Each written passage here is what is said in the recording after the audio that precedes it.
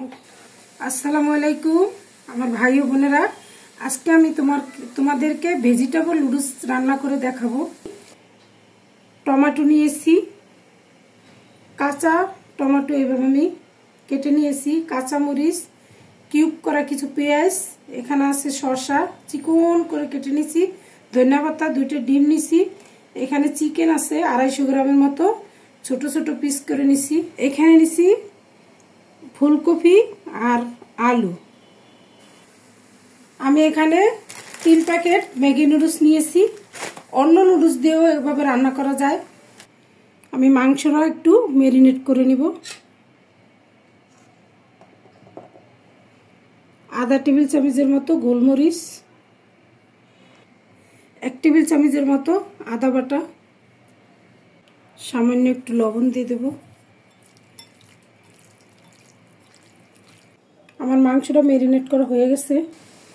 চুলায় একটি কড়াই বসায় দিছি, এখন কফিগুলো দিয়ে দেব। আমি একটু ভাপ দিয়ে নিতে হবে।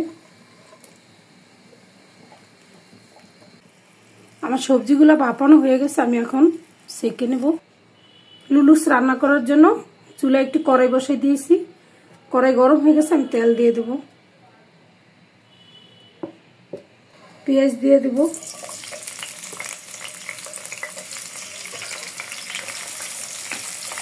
পেঁয়াজটা ভাজা হয়ে গেছে, মাংস দিয়ে দেব।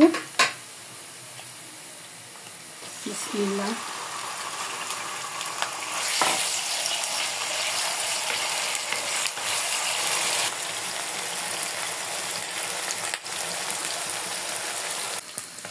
আমি চিকেনটা 10 মিনিটের মতো পেঁয়াজের সাথে ভাজিয়ে নিয়েছি। এখন অন্যান্য সবজিগুলো দিয়ে দিতে হবে।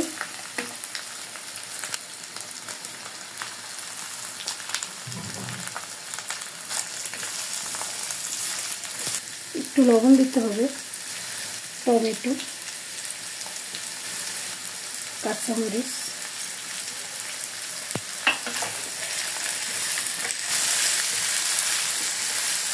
ঢাকনা দিয়ে 5 মিনিটের মতো সিদ্ধ করে নিতে হবে।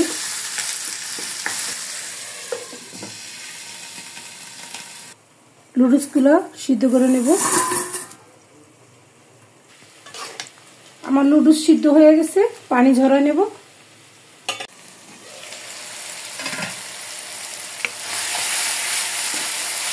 আমার সবজিটা এখন এরকম, এই পর্যায়ে এরকম আছে, আর একটু সিদ্ধ করতে হবে 2 মিনিটের জন্য।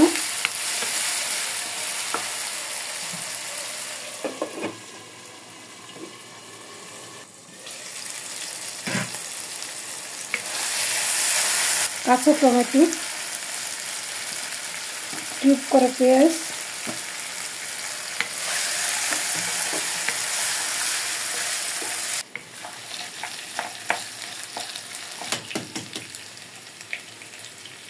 ডিম দিয়ে দিলাম,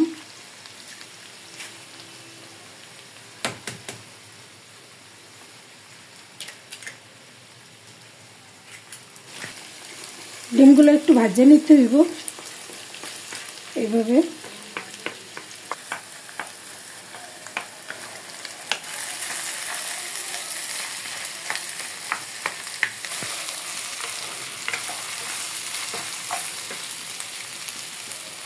ধনিয়া পাতা দিয়ে দেব,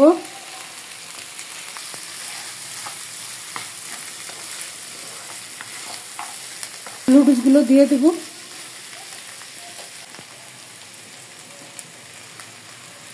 নুডলসের মশলা,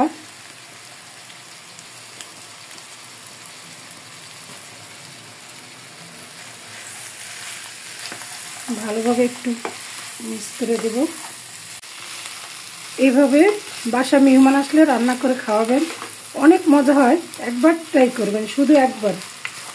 এখন যেহেতু অনেক ধরনের সবজি পাওয়া যায়, এখানে আরও সবজি অ্যাড করা যেত, কারণ আমার বাসায় সবজি ছিল না। আর শসা দিয়ে দিলাম,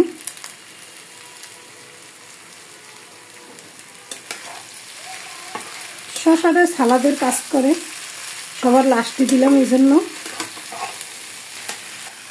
অলমোস্ট আমার রান্না শেষ। মাশাআল্লাহ, অনেক সুন্দর একটা স্মেল আসতেছে।